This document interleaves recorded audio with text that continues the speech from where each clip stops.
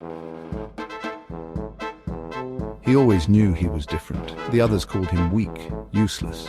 They weren't entirely wrong. He possessed no inherent skills, no natural talents. He was just him, adrift in a world that valued strength above all else.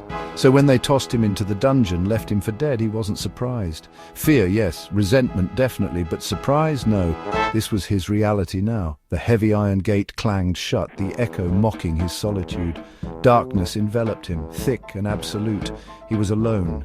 The air hung heavy, stagnant, thick with the stench of decay and despair. He took a hesitant step forward, then another. Each movement felt dangerous, the unknown stretching before him like a predator's gaping maw.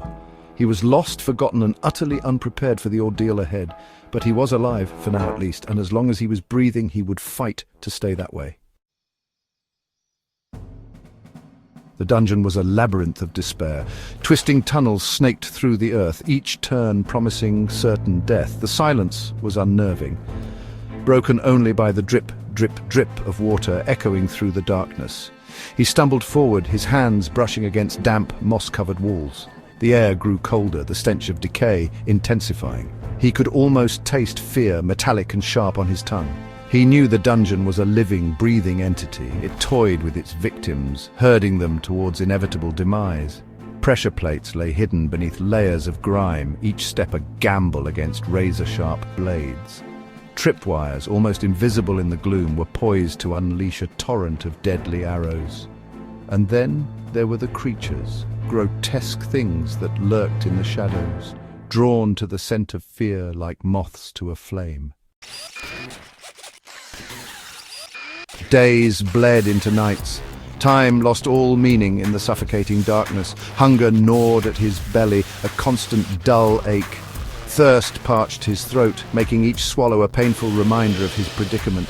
He scavenged for scraps, gnawing on insects, his stomach churning in protest. He drank from dripping walls, the foul water doing little to quench his thirst. Yet he pressed on. Driven by a primal urge to survive, he refused to surrender to despair. One day, he spotted it. A goblin, small and wiry, its eyes gleaming with malice. It was lurking near a narrow passage, its attention fixed on something on the ground. A trap.